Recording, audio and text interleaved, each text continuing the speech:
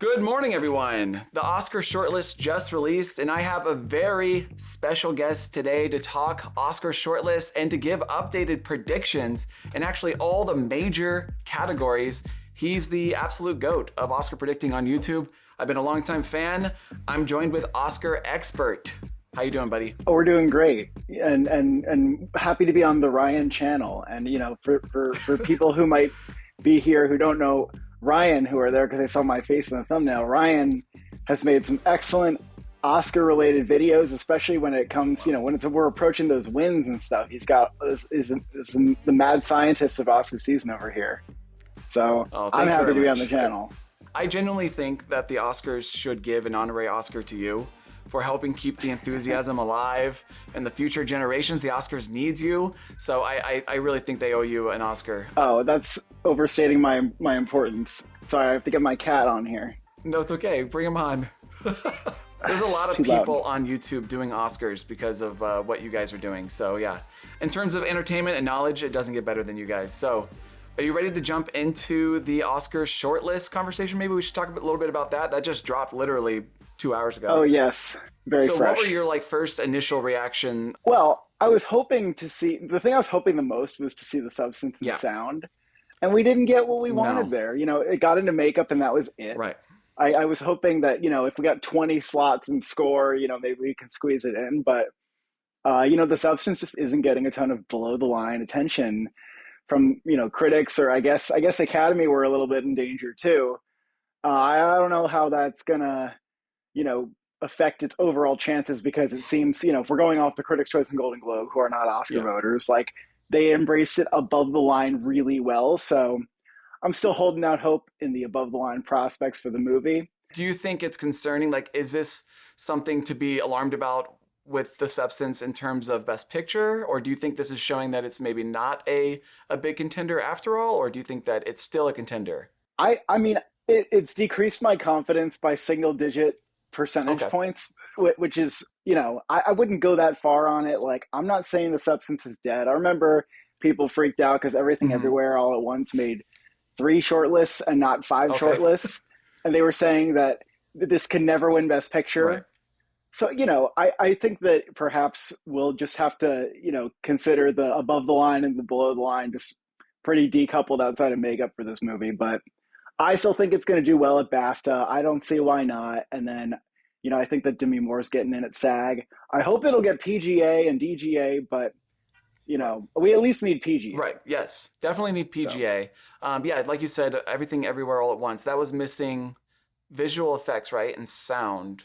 Or no, maybe I'm wrong on that. It actually did get sound, but it was missing makeup. Visual effects and makeup. That's the thing, is it did well. So yeah. Yeah. Okay. Well, I would think though that it would at least get sound. I would think that one was the biggest one for me. I was like, whoa, substance didn't get sound. It's interesting. Where do you stand on that movie? Right now, I'm going to be honest. I was always a substance skeptic. I think Globes was a big wake-up call for me. Oh, okay. And I know Globes, the new membership is a little, it's new to the party. I mean, it's a new membership in a sense.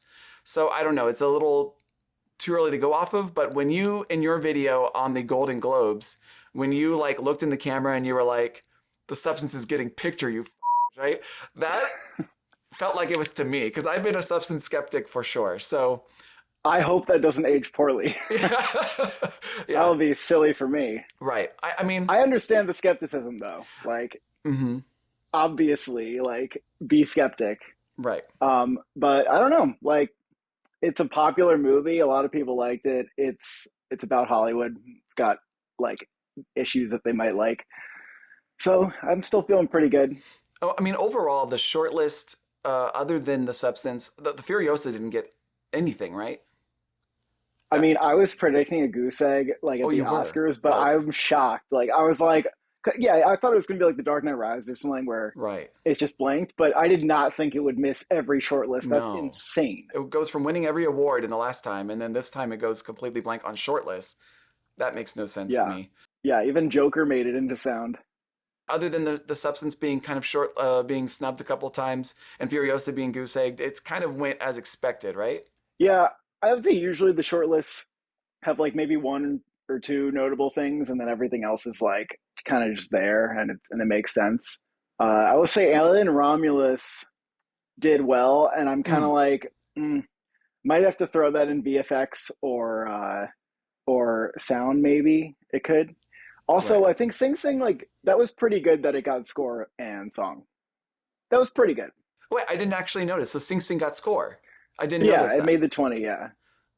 Oh, that's actually very good news. Yes. I Good didn't. news. I did not know that. Okay.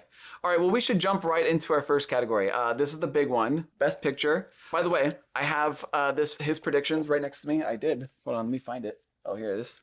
I have his predictions right next to me. I'm on the Awards Expert app. If you don't have the Awards Expert app, you got to get it. It's an incredibly smooth, fun app to use, and it's the go-to place to make Oscar predictions. This isn't a sponsored ad or anything. I'm Yes, and brother bro created it with his flesh and blood, his bare hands, his fingertips. Yeah, it's a smooth freaking app. All right, so we're going into Best Picture, and I would say we have a very solid 8 or 9, to be honest. And I did a little deep dive because I'm looking closer at my experiments later in the year, and looking back to 2020, AFI, Critics' Choice, Golden Globes, they usually nominate around 8 or 10 eventual nominees. So I have some stats. I'm going to bring out some stats. Let's go. The Oscar expert, I'm sure, is already familiar with all this, but I wanted to provide it and just lay it out for everyone else. So since 2020, if a film hits Golden Globes, AFI, NBR, and Critics' Choice, 100% is getting into Best Picture. It's a killer combo. So this year, 4 films hit all 4 of those: Anora, Conclave, Wicked, and actually A Complete Unknown. That got in there. And so moving down the bracket, if a film received Golden Globe nomination for film and director, and like an additional film nomination at Critics' Choice or AFI, since 2020, that also is rocking 100%. And that would add The Brutalist, Amelia Perez, and The Substance. So that gives us 7. So what's our remaining 3? Let's go down one more, just one more. Bear with me. Since 2020, I counted 28 films that hit all 3 best film categories at AFI, Critics' Choice, and Golden Globes. 27 of those films ended up getting nominated for Best Picture. The only one film to not get nominated that got Best Film at all 3 of those was Tick Tick Boom. So that would add Dune 2, and that would add Nickel Boys. So arguably, I would say that's our solid 9 for now. I see that you have the same 9. It's just a matter of what's that last spot. It could be the Golden Globes drama September 5th. It could be Sing Sing, which hit everywhere but missed Golden Globe drama. It could be Real Pain, but missed Critics' Choice. Or it could be an international film. Oscar expert, what is in your 10th spot? Hmm.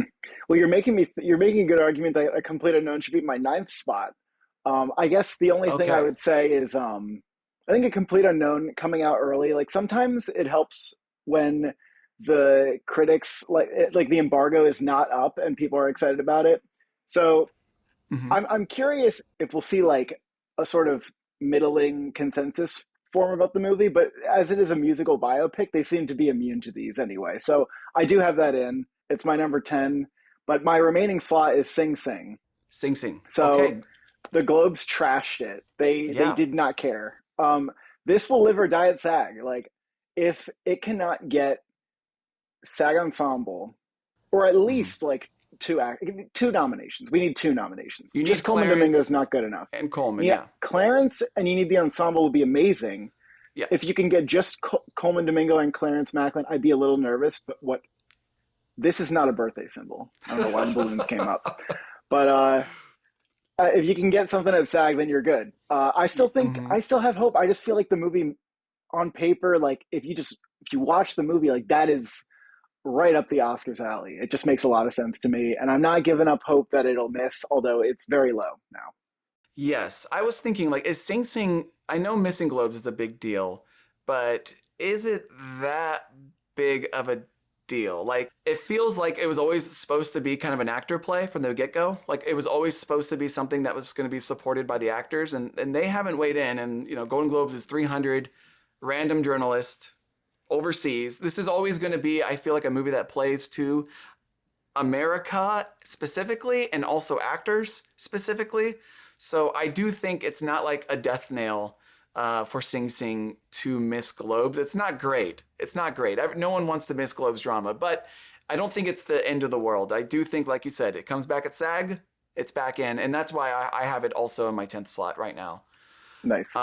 What do you feel about A Real Pain? Do you think that is done? Do you So do you think that can? it Yeah. was a bad sign that A Real Pain, as an American indie, missed the Critics' Choice lineup, because I don't know when the last time that happened was. Like, Mm, it's not a good sign, and it seems that even with critics groups, like it's kind of squeezing into just the last slots in a lineup of 10 sometimes. But then, the screenplay and Culkin are doing amazingly well. So for some yeah. reason, those two things aren't even enough to push it into picture as a whole, because maybe the problem with A Real Pain is, and especially at the Oscars, could be that it doesn't have number one vote passion. Like, I don't know a lot of people who'd say that's the number one of the year. I know a lot of people who would have it in their top Yes. 10. I would have it in my top Yeah. five. Maybe that's the problem. I feel like when I look back on the year where One Night in Miami and Ma Rainey's Black Bottom didn't get in the Best Picture, and we had, Sound of Metal, The Father, Judas and the Black Messiah, I thought, I I see how One Night in Miami and Ma Rainey are not as many people's number ones as the other three. So that's kind of the key. I mean, with a movie like A Complete Unknown, like, it doesn't seem like it would be people's number ones, but it probably just will be for some Mhm. reason, because that's just how it works. But Yeah. like with a movie like Real Pain, I think that's the concern. Yeah, I think that's why we got Nickel Boys in. Well, I don't think Nickel Boys is a widely loved movie across the board, but it's got that number one passion. People who like it really like it, and it's a number one movie. Same with something like Zone of Interest last year. It's divisive films can make Best Picture. You just got to be right number one. 5% of the people got to put you number one. And like you said, I do agree. I don't know if Real Pain is really that number one movie. It's a two, three, four kind of movie for people. Real Pain could be like Two Popes or If Beale Streets Can Talk. I remember that was Mm-hmm. on the cusp of Best Picture, and they just kind of got acting. I think screenplay. I don't know if Beale Streets Can Talk. That got screenplay right Yeah, nomination or no? yeah, Okay. What do you think could be a spoiler? Because I really do think that All We Imagine Is Light could be the spoiler, or See the Sacred Fig. Do you think that's likely, or you're not yeah. really concerned? Those are my 14, 15.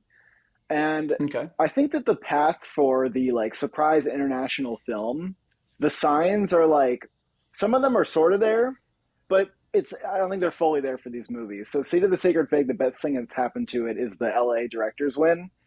But the strange thing about that was that it came in second place to All We Imagine Was Light in their international category, and then did Mm. not runner up or win best film. So that's strong. Maybe Rasulov has some passion that he can get into director or screenplay, but overall, it doesn't Yeah. have that many mentions with critics groups. All We Imagine Was Light too. Like, they are giving it the international wins for the most part, but they're not including it in the best picture lineup. So it's not getting as many mentions as like Drive My Car did, or Zone of Interest, Anatomy of a Fall. The director for Cavadia at Globes was huge. That's the best thing that happened to that film. Didn't make the drama lineup, and the Globes, like, I guess this could be one of those interesting like international picks that they just pull out. That's really cool, but maybe we'll see one of those every year, like the Alma Poisty nomination, maybe is what you'd call it. And then this year, the surprise was Capadia coming from Cannes again. That's kind of where I think it might be. Although it'll be interesting, like, to see if those can do well on maybe the BAFTA long list or something. I think my Mm. dark horse Yeah. is September 5. It's relentlessly showing up in editing. And actually, well, I mean, it didn't get Right. the Eddie. Some speculate it was too late, but screenplay Okay. editing, like, those might happen, and then just sneaking into that drama slot. I just wonder if that movie is just gonna continue to be sneaky. Right. Right. Is that your number It is 11? my number. Real Pain's my number 11. Okay, Real Yeah, Pain. So it's really close on the cusp. Okay. Okay, well, we do have the same 10 for now, which is a good sign. You mentioned earlier that the LA film critics, right? You said that was a very important win. I didn't know that prior to looking this up, but 13 out of the last 14 winners went on to get a Best Picture nominee from that critic circle. I didn't know that until the other day, and that was like, oh, wow. yeah. I was looking when it won. I was looking at their best film, and I was Hmm. like, if this wins best film, that's even better correlation. It didn't quite go there for me, so I was like, all right, we'll look out for it, but maybe I'll just call it the exception for now. Okay, so let's move on then to let's actually move on to Best Actress. I don't know what I'm doing here. I need to think about this one. Okay, so Best Actress, do you want me to list out mine or do you want to list out yours Yeah, why don't you first? do the honors, Ryan? So, in my number one spot, I think we all have this. I have Mikey Madison, and then I got number two, I got Carla Sofia Gascon, and then number three, I have Angelina Jolie. Number four, I got Demi Moore. I put her in, and then number five, this one was really difficult for me. The number five spot, I'm bouncing between two. I'm bouncing between Cynthia Erivo, and I'm bouncing between Baptiste. I've had Baptiste in the whole season, but I had to drop her out and I put Cynthia Erivo in my fifth spot. So that's my five. Do you have the same five? I have, I think I have the same five, and it's really Okay. tough because I actually think that Baptiste is gonna make it in. I just don't Oh. know like how to justify somebody being out. I mean, maybe Cynthia Erivo misses. That's possible. Mm-hmm. I don't know what the sign would be. Maybe it would seem to come out of nowhere, which could happen in this category. The I know a lot of people think yeah. The Jolie's only missing though, and I don't. I just want to caution people that Ana de Armas got in for a Netflix biopic that people didn't like that much, and like it's. I know critics aren't going out that hard for it, but it's so bait that it just is probably going to. Like, if she missed SAG, I'd be pretty skeptical, but I think she's just going to show up. I don't know. I do think there's a chance she could miss SAG just because the movie's not widely liked or enjoyed from what I'm Yeah, seeing. But yeah, he always gets his actors in there. I would say that she's winning Globe. Then that would make her obviously in. But like you said, it's so baity. It's got to get in. It's got to. yeah. I feel like Torres might win the Globe though. I don't know. Yeah. I don't know No, why. it feels it Maybe, feels like a Globesy thing to maybe. do. Not sure. Torres is on the list for sure. There's quite a few people that can sneak in here. Cynthia Erivo. The movie is such a massive hit, and also it just makes sense that I have her in because I have Ariana Grande winning, and it just makes sense. If you're gonna have Ariana Grande winning, you got to have Cynthia Erivo in your lineup. It just seems like it makes sense to me. The only thing I'm really always been concerned about is just, and I know maybe it's stupid, maybe I shouldn't think it's a big deal, but the amount of CGI in the performance. Looking at like the previous winners of the category, nominees of the category, I don't really find one that really fits that. Like I think people can justify that subconsciously, like in the supporting category, but something about that main acting category, I think they like to use that category for like real raw acting, and something about the CGI of that. The only one I could think of is like Gravity, Sandra Bullock. Like other than that, I don't see, Hmm. best actress nominee and she's flying on a broom, I don't know. I don't know. There's something about it. I mean, the movie itself is like more. It just feels like Disney-ish to get it, to even be as big of an Oscar contender as it already Mm-hmm. is. I would say. So I initially I thought Wicked goes, without her, but she's such a part of the movie and such a part of why people love it that it's really hard to say that she'll miss. Like, and I don't know, but I just know that Baptiste is going to surprise. Like, it just feels like that she's going to get the BAFTA nomination, and there's always somebody who's surprising from BAFTA. Yeah. Although maybe Bleecker Street's just weak, and this is like snubbing Daniel Deadweiler for Till or something, and like the critics are kind of doing it, and then the Oscars like forget. I don't know what it'll be, but I guess there is reason to think that it could not happen. Right. But That's why I have a Revo in and Baptiste Salles, because it's not so much I'm comparing performances, I'm comparing movies. And Wicked versus Bleecker Street, Hard Truths, it's hard to argue that Hard Truths is going to outperform Wicked in this category. And also, like you said, like Cynthia Erivo is very good in the movie, and she has to sing in the movie. So it's not like, there is a showcase of talent that she's presenting to the voters. I mean, I think there is a possibility she could be the Margot Robbie for Barbie of this year, kind of getting snubbed, but I don't know. She's going to have SAG, going to be nominated for Golden Globes, or she is nominated for Golden Globes and Critics' Choice. So, yeah, I think that she's looking really good. I mean, Margot Robbie had Yes. everything, so you never So did know. I don't know what else. I mean, I don't know who else could get snubbed from this category. I mean, I guess Jolie could. Part of me wonders. I mean, obviously, if the substance wasn't a thing, then Demi Moore is probably out. But I wonder if you think that Carlos Sevilla Gascon is even possible for a snub. Uh, Like if that's a possibility.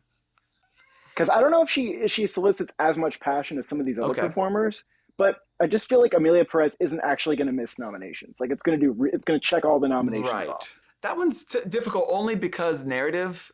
I don't know how much that's going to play into it, but it's going to Mm, be hard too. I imagine with Amelia Perez being the big movie it is, her name being Amelia Perez, the person who's the headline of the film.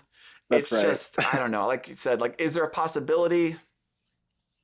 Maybe, perhaps, even though she's the lead, it does feel like her role is shared amongst Zoe. So yeah, is it a possibility? Potentially, but It doesn't feel right doesn't though. feel Yeah. right for me. Doesn't feel right. But you did say that we do have Nicole Kidman. I think she really needs to win the Globe to be nominated. Yeah, the Critics' Choice miss was Mm-hmm. weird. I mean, I don't know. Some people are like, "Oh, was it a screener issue?" But like, I got that sent to me like 8 days before voting ended. I don't know what happened there. Like, she is a really her and Amy Adams are popular at SAG, so maybe there's a chance for a rebound for one of them Mm-hmm. there. And Nicole Kidman. I mean, Baby Girl's yet to come out, so maybe SAG voting could be happening at the right time for her to help her. But that's kind of her last Yeah. chance. I don't know. I don't know what's happening with that. I thought she was Right. amazing, but And then yeah, Fernanda Torres, you mentioned earlier. I'm taking this very seriously. I don't think I could ever predict something like that. I don't think I'm that skillful to throw in like a Penelope Cruz, mm, Parallel Mothers. If she wins Golden Globe, that makes me feel a little bit more confident to put her in there. I don't know, again, like you said, I don't know who I'd kick out. I guess I would kick out Cynthia Erivo. Demi Moore, why does that feel like it's happening? Like, I don't know. It's a genre film. I shouldn't feel that confident on it. it's she has the best type of narrative that people get. Like she has it. I mean, you saw with Everything Everywhere All at Once. It's like these actors who haven't been getting like the roles that really showcase their talent, and Brendan Fraser for The Whale, and then they come back onto the scene and they're doing something like really daring and difficult. She sat in makeup chairs for nine Yeah. hours and it's like we've never seen her before. And she has an Oscar scene with the mirror scene is the Oscar scene too. It's just I think there's a lot of things going in her favor as long as the movie gets in. Like it's undeniable. She might even be number two for me if I'm really convinced about the Yes. movie. I think there's a chance. I think there's a chance that she surprise wins at Golden Globes comedy. I think that's possible. I would give it. I would say non-zero, Okay. non-zero. But it'll be shocking for her to be Mikey Madison. I would give you that it's possible. All right, well, let's move on to Best Actor. I think this will probably be a lot shorter. I think this race is shaping up to be a little bit easier than the other categories at the very least. I think we have a clear five, though, in my opinion. I think Critics' Choice kind of helped clarify that. Why don't you give your order? Give your order for that one, unless you don't have it near you. Oh sure. Well, we got Yep, Brody, yep, Chalamet, Coleman Domingo, Ray Fiennes, Daniel yep. Craig. I'm I have assuming the you have same the same. five. Same five. The only thing is Daniel Craig. Like, is he going to get SAG? Is there a chance that SAG even goes for this movie? I guess if they just want to carry the same five like all the Mm-hmm. way, but it really feels like he's going to miss for somebody at SAG, and that's kind of where like the main competitor to his slot will be, unless it's like Kingsley Benadir and Bob Marley. I'm going to just say that's not happening. Right. That's very SAG. But if it's Sebastian Stan in The Apprentice or Glenn Powell in Hitman, or if it might even be Hugh Grant in Yeah. Heretic, who like also has a shot for the BAFTA and could actually get all four. So if that happens, then he's obviously five or Yeah. six. So in terms of SAG, you feel good about Brody, you feel good about Chalamet, you feel good about Fiennes, and you feel good about Domingo, right? Yeah, I think we're seeing that Yeah, top four at SAG. It'd be shocking if I anything agree. else happened. And I would say, like you said, I think my fifth slot would be Sebastian Stan for SAG. That's why I have him at six. I don't even know. I don't know what people think of The Mm-hmm. Apprentice, like, or what they're doing with it, or like how dead it is or Yeah. isn't. Because it did get two acting noms at the Globes. Like, it did. It was on the makeup long list for what it's worth, but so is that like Marlon Brando movie. Um, so I guess I don't know if that says anything at all. Yeah, I would say maybe I'd have to put Hugh Grant could be number six maybe just because I think that he looks kind of likely for some more nominations Okay. perhaps. Although he doesn't feel like he'd get the Oscar. That's the No. thing. So if he wins Globes, right? Because he's up against Jesse Eisenberg. Let's say Jesse Eisenberg wins the Globe for comedy. Does that make A Real Pain go up a little bit in your Best Picture nominations, or not really? It Okay. might. I mean, I don't know. I feel like there's no reason to doubt a complete unknown either, you know? So everything else I have in is like also Yeah. looking good. It might help. I'd be surprised if he won, I Yeah. guess. I mean, that's going to be interesting because that could be Glenn Powell, that could be Hugh Grant, could even be Sebastian Stan for a Yeah. different man. You know, that's going to be interesting. Okay. But we do have the same solid five. I think we're just waiting until something surprising happens. Other than that, I do think it's going to be this five that probably just goes to the end. So let's move on to Best Supporting Actress. I'll go ahead and read out mine. Seems real tough. Yes, very tough on this one. I have Ariana Grande number one. Zoe Saldana got number two. I'd be surprised if you don't have those two in your number one and two. And then number three, Yep. the last three positions you can have fun with. I have Felicity Jones in my number Lots three. of fun. And then I have Margaret Qualley. And then in my fifth spot, I had Weiler, but I had to switch her out. I went with Isabella Rossellini. Doesn't make sense to me, but I put it Yeah. in.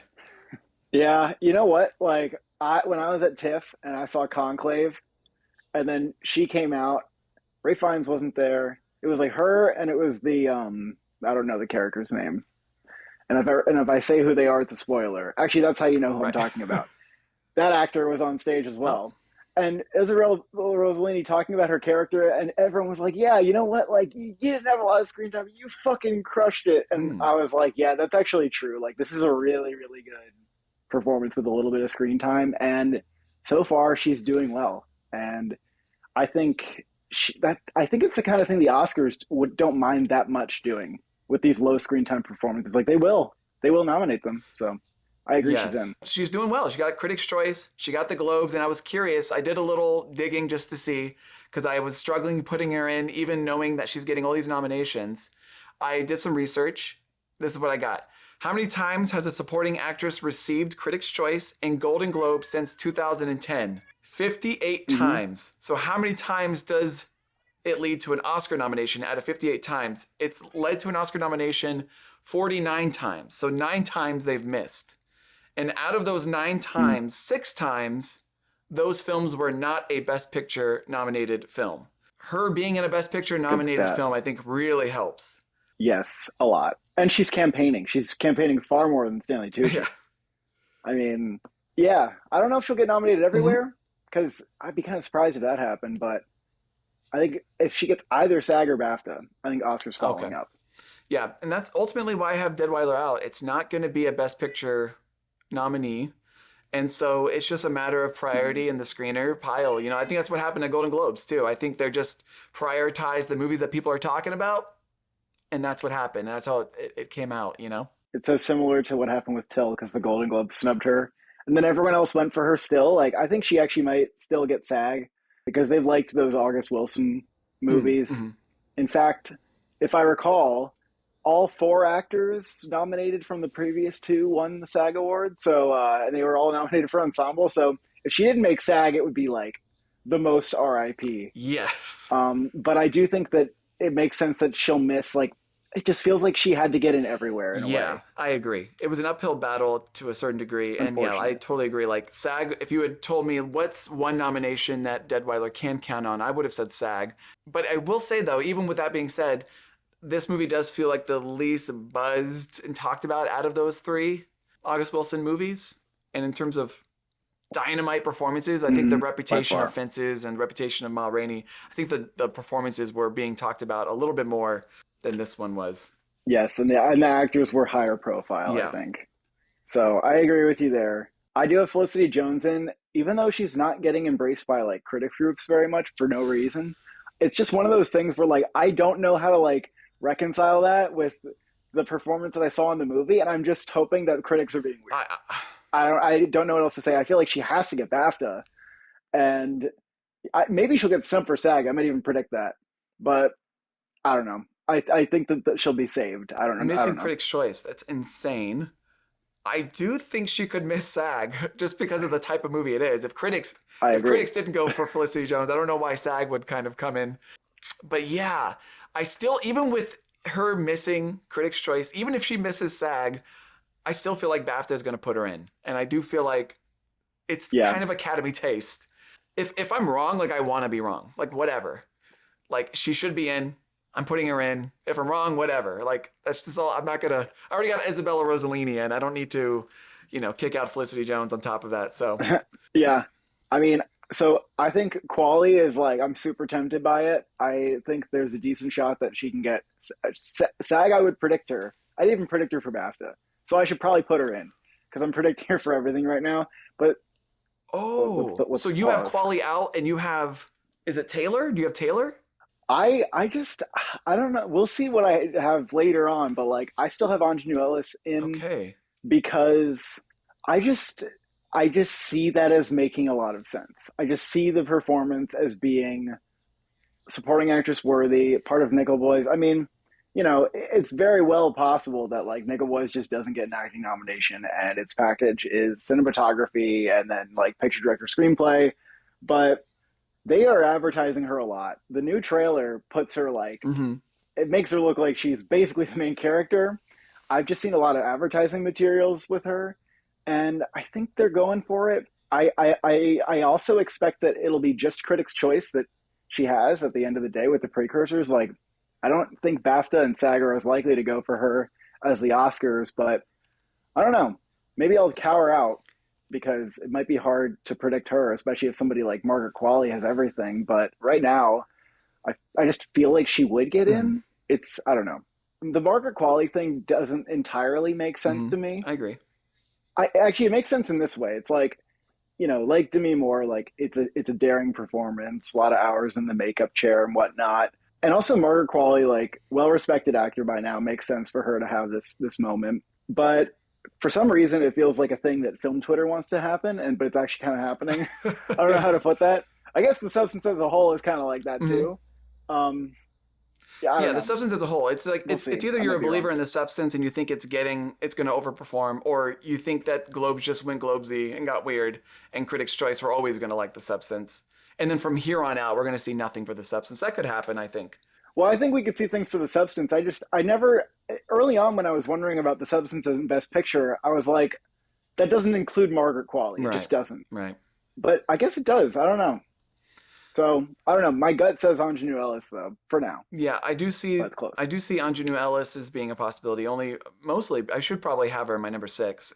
Every single time she's on screen in Nickel Boys, it's just like this boost of energy. Like every time she's on screen, it's like the best parts of the movie, I would say. Yeah, I agree. Uh, She's amazing. so what about Selena Gomez? Is that I've never believed in Selena Gomez. I would need every single thing. I would need SAG, Critics' Choice, BAFTA. I would need everything to put her in.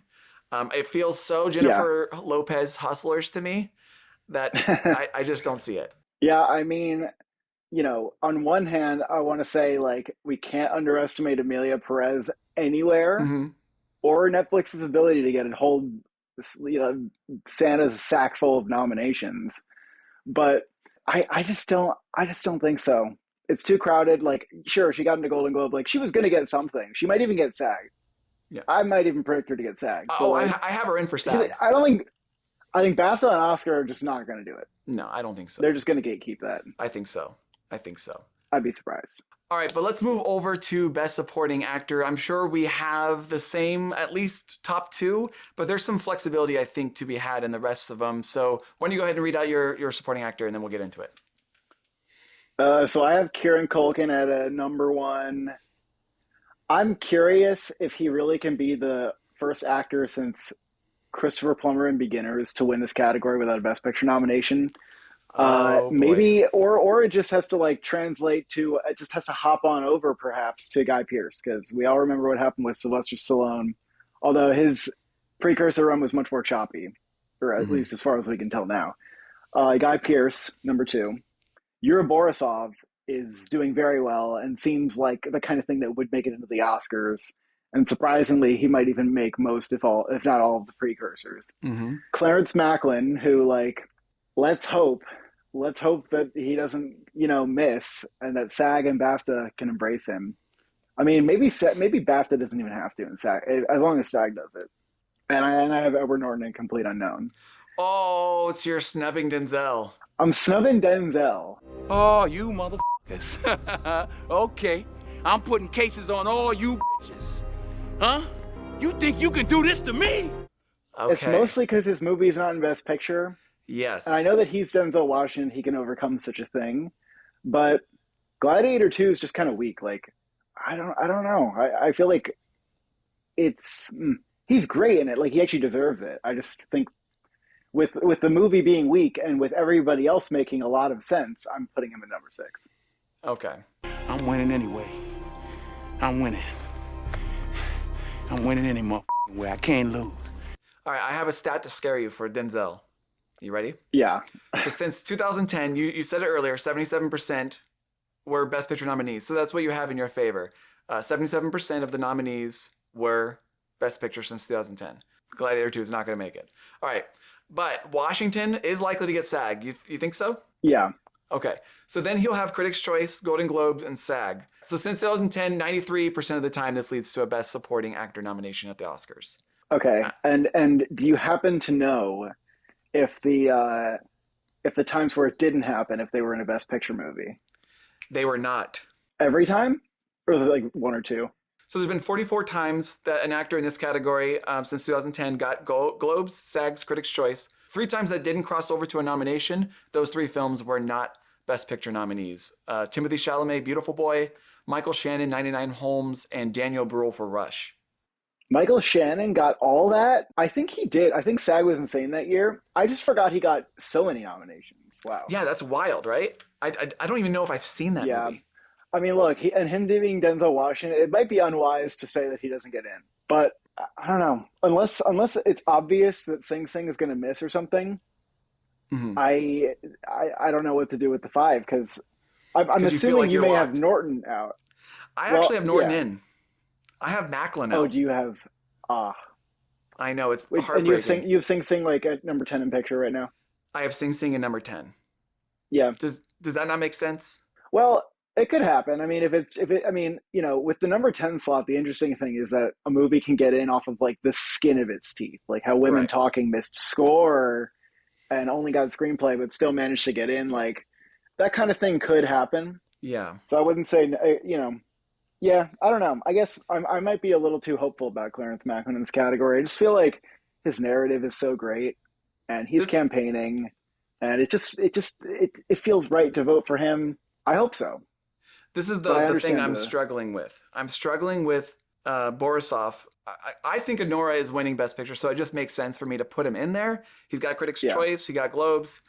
I think he might struggle getting SAG. I will admit that. I don't know if that's a for sure thing. I have that now. I think I struggle with having both Macklin and Borisov in, because I know Borisov isn't a new actor, but to the Academy, he's a new actor. And Macklin is a new actor. Mm-hmm. And just having 2 of their spots go to kind of new coming actors, that is something I'm struggling with. That's why I put Norton in, because I think they're more likely to go with a friend of theirs. Something in me is telling me that Macklin or Borisov, they're not going to both get in. One of them is going to miss.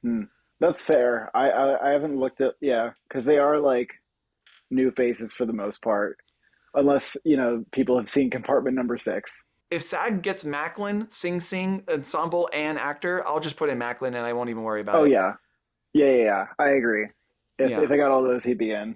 Yeah, it's curious because right now I would probably have Borisov out for SAG, and then I have the rest of the the 5. That seems right. But yeah, I don't know. And then I think that Macklin, I don't think BAFTA's going to go for Sing Sing. No, but they also probably won't go for Denzel Washington, as we know, like they don't nominate him. So, I mean, you can almost discount that though at the same time because he never gets it. King Kong ain't got shit on me. Yeah, gosh, I didn't even think about Denzel Washington with BAFTA. Oh man, I feel like your 5 you listed is SAG. Culkin, Pierce, Washington, Norton, Macklin. That feels right. Yeah, that's how it feels right now. All right, well then Stanley Tucci, Strong, would that be your 7-8? I guess Strong is number 7, and I feel like because because Denzel Washington won't get BAFTA, it leaves an interesting open slot. Maybe Strong is like next in line for that. Maybe he'll Mm, get BAFTA. mm. I'd be curious and I would love to see if Brian Tyree Henry can surprise at SAG for The Fire Inside. Tucci's not doing anything. He's just not. He's just a non-starter, weirdly, and I don't see him campaigning either. Yeah. The nomination for Henry and what was that movie? Causeway? Yeah, That yeah, always surprised me. Like I still think about that sometimes. And everyone moved on from yes. life and everybody moved on in the world, but I'm still like, how did that get in? There's a It's lot about shocking. that that's really surprising. Like the fact that Yeah. he's like the lone nominee from this movie that a lot of people did not see, and Yeah. it was his first nomination. It's It's very strange, it's very but strange. some attribute it to like, oh, Apple like went hard for him.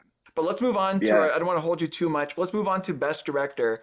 I might have something that I'm not supposed to do, but I did it anyways. So let's talk about Director. Now, Globes, I would say, is not as important. From my quick little research, percentage of directors nominated at Critics and Globes that repeated at the Oscars since 2020 is only 60%. Wait, what's Start the stat that eh, they got nominated for both and then got the Oscar? Percentage of directors nominated at Critics' Choice and Globes that actually repeated at the Oscars for a nomination since 2020, only 60%, Oh, damn.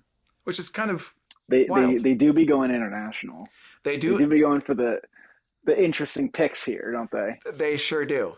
So, and I think it's important to remember, like Globes started the party with Anatomy of a Fall and Zone of Interest, but they didn't nominate them in director. That was the Right. Academy the Academy Awards director branch. They were actually the cool ones who did it. So they do, like you said, they do international picks all the time. Let's go through our predictions. So I'm sure we have the same number 1 and 2. Sean Baker, Brady Corbett, right? Yeah, I'm putting Brutalist at number one now Okay. I think that's for this fair. category. I think that's fair. Yeah. I had Sean Baker at first. I think I'm starting to see Brutalist more for director. It makes sense to me. Yeah, I kind of flipped. Number 3, I have Edward Berger. Number 4, I have Coralie Shaw.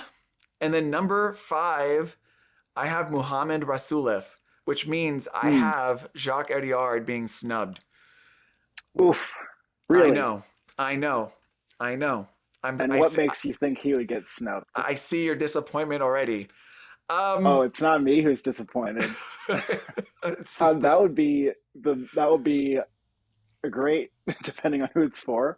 I just think it's very hard to deny something like that. Like a movie that swept the European Film Awards. I think Emilia Perez, I think it's easy to underestimate the movie. If you look kind of online at the reception, it's obviously like kind of weak, but I think it's just going to go like bang, bang, bang. It's going to like get everything and it's not going to stop. That's what I think is going to happen. Okay. But I don't think he's locked. I think there's a world where that happens. But what is your justification, Ryan? I would just say, like, I mean, Critics' Choice, Golden Globes, they got in at Critics' Choice and Golden Globes. But just last year, Bradley Cooper did that. Greta Gerwig did that. Greta Gerwig at this time, everyone was like, oh, that's a possible winner for Best Picture. That underperformed severely. I did predict Greta Gerwig, I will say, for director snub. I did predict that. And I'm just getting the same vibe. I'm really just going off of my own instinct of what I feel the director branch will respect. I made a stupid comparison online by comparing Barbie to Amelia Perez. Immediately people started convincing me and going, yeah, that's probably a dumb comparison because they're totally different machines and beast. One's a big Hollywood movie and one's kind of, an indie art film. So that's really probably not the same thing.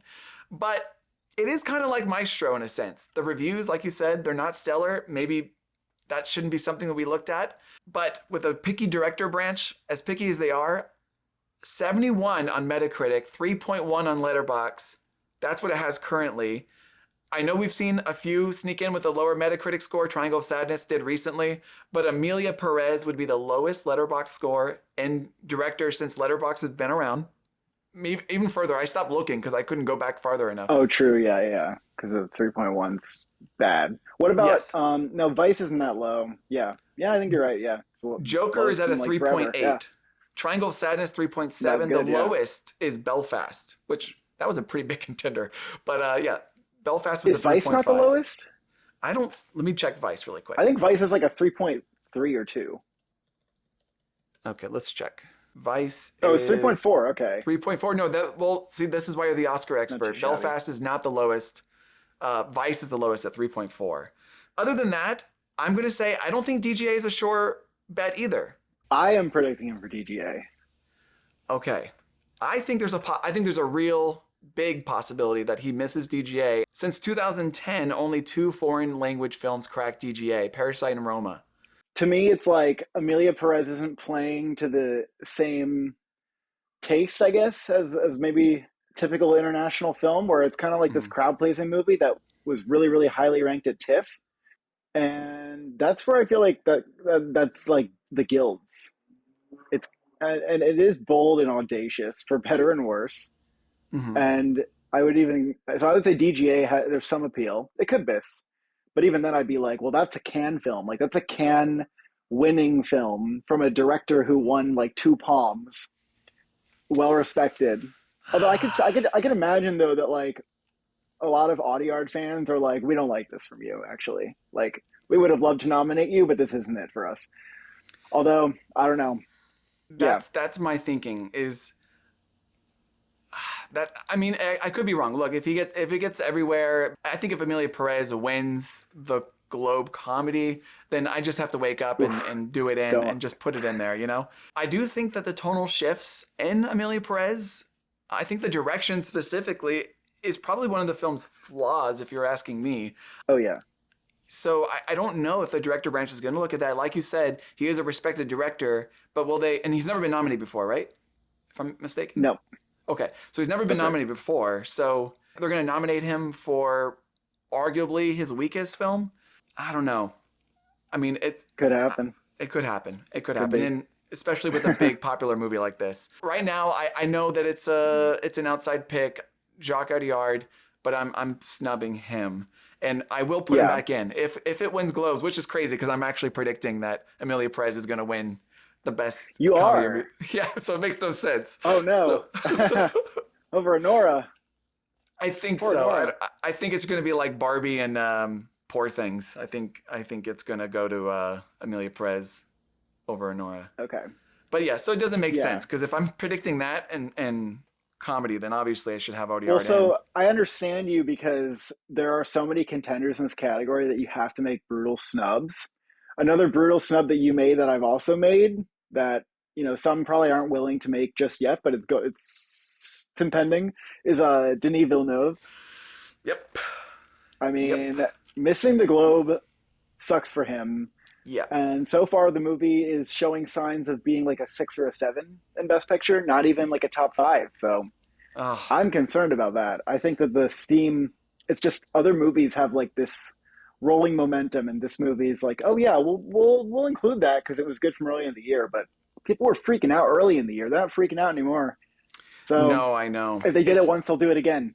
It's the early release. It kills these movies like this. Sometimes it doesn't, but for some reason with this movie, I kind of did. I think it's also because it's a sequel, so it's like we already celebrated the film at the Oscars the first time, and maybe combined with like the decline in momentum, you have this less passion because it's like, oh, part 2, once again, I don't know. Even though it's better. Are we being reactionary possibly with the Golden Globes snub? I mean, I'm convinced that he actually does stand a good chance at DGA. I currently have him in DGA. Oh yeah, I do. Yeah. So if he gets DGA, maybe Dune 2 does really well at BAFTA still. In that case, will you reassess? Like, okay, he gets DGA, it actually gets in BAFTA DGA, or director. Will you just throw him in now? Well, BAFTA's interesting because they didn't nominate Dune 1. So if they nominated Dune 2, that would be a big deal. Yeah. I don't know. Because they have 6 slots too. And I feel like part of the reason he's out is because of the competition. And I just have people who, like, as long as I'm seeing signs that like the substance is strong, I'm keeping Farjah in for them, unless I think it's like an 8 to 10 in Best Picture that maybe she can miss and it just gets screenplay, actress, or whatever. But she has a chance for DGA and BAFTA as well at this point. I will be honest. I don't see DGA for Farjah. I don't see it. It might not be, but I feel like the movie has some level of populism. Okay. Only because the audience score wasn't like the cinema score or whatever you want to say it. That wasn't too hot, and the movie wasn't like this smash success that we all thought it would be. It exceeded expectations. It did better than a lot of films in here, and the B for a horror movie is actually quite good on cinema score. Okay. But yeah, I think it's super on the cusp for DGA, so I don't know if that's happening or not. But as long as she gets BAFTA, I'm predicting her. And I have Audiards at 3 for me, and then I have Ramel Ross at number 4. Oh, you have Ramel Ross. Yes, and I was going to predict him without any precursors, but then he ended up getting Critics' Choice because they nominated everybody. Oh, so that just made your life easier. It didn't really change my life because I was going to nominate him anyway. I actually think that he's not getting DGA and he's not getting BAFTA, but he's getting the Oscar. This is my current hypothesis. I think the movie, as long as it's in picture, like, how do you not nominate a movie that's that experimental and visionary? And critics have been like giving it prizes because it's really recognized as like a directing film. How do you not nominate the director of a movie like that? So I have that in. Yeah, I think the Oscars are going to pull through for him. Can't be said for sure though. I really loved Nickel Boys. That was a really ambitious film. I think more creative choices should be made like that more often. I don't see it as a director nomination. I just, for whatever reason, I can't see the director branch going for it, despite it being a bold vision. I think bold visions are rewarded if it's like wildly successful to everybody. But I do think that Ramel Ross's Nickel Boys has a little bit of like, some people thought it was wildly successful and some people thought it really kind of missed the mark, to be honest. At least some of the people I've talked to. Yeah, I would just like, I kind of would just compare it to like, I know these were more established directors, but like, Malick didn't get nominated anywhere for Tree of Life and got into the Oscar. And then Glazer, of course, like got in for Zone of Interest. And that just felt like director's branch. And those movies were probably the most experimental movies that have gotten into Best Picture, maybe ever. And then maybe, you throw in a little tinge of like a Beast of the Southern Wild type of, first narrative feature in there. Or even like, I guess this isn't really similar, but they nominated Lenny Abrahamson for Room when nobody else did. That was like a small scale indie. Mm-hmm. I think they could do something like this, and I'd be very disappointed I'm going to be disappointed if they don't do it, because it's for a movie that bold. You gotta include the director. I think that cinematography and director, to me though, they make sense as part of the package. If we're embracing Nickel Boys in picture, throw it in for some nominations. So it sounds like you have it for picture screenplay. I have it for picture screenplay. I have it as like my women talking of the year. Right. Okay. Yeah. And then I have Mohamed Rasulif. This is a hard one because it's like I'm trying to figure out whether it's Rasulif, whether it's Kapadia. And like you said, that LA Film Critics tempted me a bit. The last 6 years, we've had international directors in this category. I didn't even realize that. Like, we've had one for the last 6 years. So it makes sense for me if I'm snubbing Audiard. I'm doing it like a puzzle. If I'm snubbing him, then I have to have Rasulif or Kapadia. Between the two of them, do you think there's one more likely than the other, or do you think it's a crapshoot on either one? Maybe Rasulov a little bit. I don't know why. So, we're talking international directing stats. I don't know if this has happened. Like, it definitely hasn't happened since Amor, but Best Picture nominee that comes from Cannes competition, directing nomination all the time. I can understand why you might think that Audiard's the exception because the film is like more divisive than many, but that is a good one. It's a good one. It's a good stat. I think if Sacred Fig got director, it would probably be like, it would probably shove its way into picture and screenplay. I think that probably would happen. And so for me, it's like, because I don't see that happening yet, I'd probably need to see BAFTA do it. BAFTA do screenplay director for that movie. Then I would put it in, because screenplay directing combo, very good BAFTA. And that even happened with Cold War and another round. I have a random question. Do you think that if a Separation came out today, that it would have gotten Best Picture at the Oscars and Best Director? I don't know if you were paying attention to the Oscars back in 2011 or not, but oh yeah, okay. I would say why not? Yeah, sure. Yeah. Do you not? Oh, I do, and I think that the Academy changed enough for that to happen. But that just made me think, because it is true that like a lot of the international stuff that we've gotten. I mean, I guess we've gotten Roma, but a lot of it's the European Cannes stuff. I never really made that connection with Cannes too much, so Maybe it's just safe for me to take Rasulov out and just do arty art and. Well, he's also a Cannes thing. You gotta look out for BAFTA. That's the thing where it's like you're gonna see the movie show up in at least screenplay. I think if it's gonna happen. If Forshaw misses DGA, misses BAFTA, you taking her out, right? If she missed BAFTA, I would take her out. I think she's gonna get BAFTA though. I feel like she would. Also, so do you think that Berger makes sense to snub? Do you think that's a possibility? To me, it makes no sense to me. Makes no sense. Well, I don't want to say it makes no sense, but All Quiet on the Western Front didn't get nominated. And that was the biggest contender of that year. Yeah. So something was going on there that is iffy and interesting. So there is like you said, in terms of taste, this could be like what I'm describing for Emilia Perez. I'm just applying it to the wrong movie. That could possibly be true about Conclave, that they don't see it as artistic enough. So I will backtrack my statement. I think it does make some sense on why someone would snub Berger. And do you currently have Berger out, right? Yeah. I mean, I'm not, I Is it for that reason? See, I think Berger, I think he's going to get, I wonder if DGA snub is possible due to just competition, but it seems like he would get everything. And like BAFTA, obviously, like freaking, they gave him Best Director for All Quiet. So, there's your weird thing where like somebody could get nominated everywhere and you could still be kind of justified leaving them off for the Oscar. But something about Conclave, I don't know. Maybe it's just not like quite autorial enough for them. Yeah. Although I feel like he has kind of proven himself with this one for sure. If they were skeptical for the first movie, earned a lot of good faith. Yeah. Mm-hmm. It's definitely like almost there for me. That's number 6, I think. So I think that this one hit the ground a lot harder than All Quiet did. It took All Quiet a long time for it to come around for the Oscars. So, and then you got the actors in this. That's one that All Quiet on the Western Front didn't have that this one does. It's got actors. Mm-hmm. I don't know if I see it for the win. I know some people are saying that it's got everything it needs to, and it put itself in a winner position. I'm not there that say that I don't think Conclave is a winner. I don't think it's important enough to win. Maybe that's not the right word, important, but I don't know if it's well, I was going to say elegant, but we had Coda a couple years ago, so it feels a little genre-y maybe. I don't know. I would just be surprised if the passion was actually there for where people are like, yep, Conclave's my favorite movie of the year. It's my number 1. It's my number 2. I would just be surprised if that was the case. Like, I know that people love it.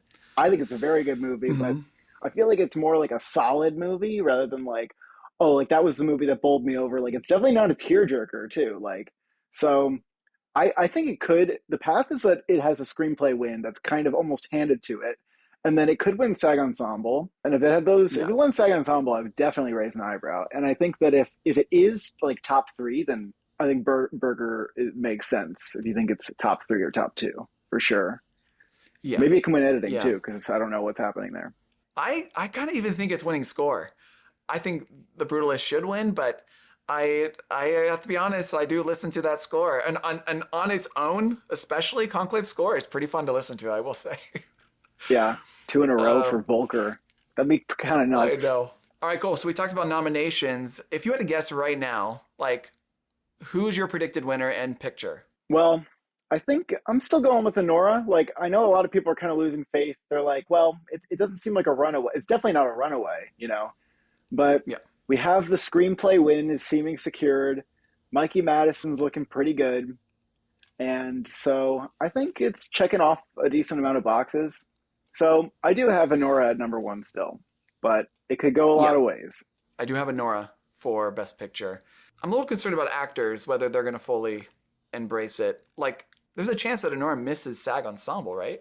Oh, yeah, there's a chance that happens. See, that would definitely really make me wonder about Honora winning Best Picture. I mean, Shape of Water missed, and then it won, and that also made sense to get nominated for Ensemble, but it does feel like if Honora is going to have the passion to win Best Picture, that SAG's going to put it in Ensemble. And maybe even Borisov, too. So if it just Madison, that would be kind of concerning. If Honora gets Ensemble and even misses Borisov and gets Madison, but if it gets Ensemble and Madison, I feel like confident enough. Yeah. Okay, that will likely happen. Okay, what about director? What are you predicting? I'm leaning Corbett now. Or Corbet, I guess. So Critics' Choice has been a great predictor of this award for a while, and it's seeming that they're pretty unanimously leaning Corbet here. So unless there's like a DGA switch where, I mean, obviously critics like The Brutalist a lot. What if it doesn't translate? I think it will translate to the industry, actually. Unless there's a DGA switch, like, you kind of got to go with the Critics' Choice frontrunner, I would say, for now. Yeah.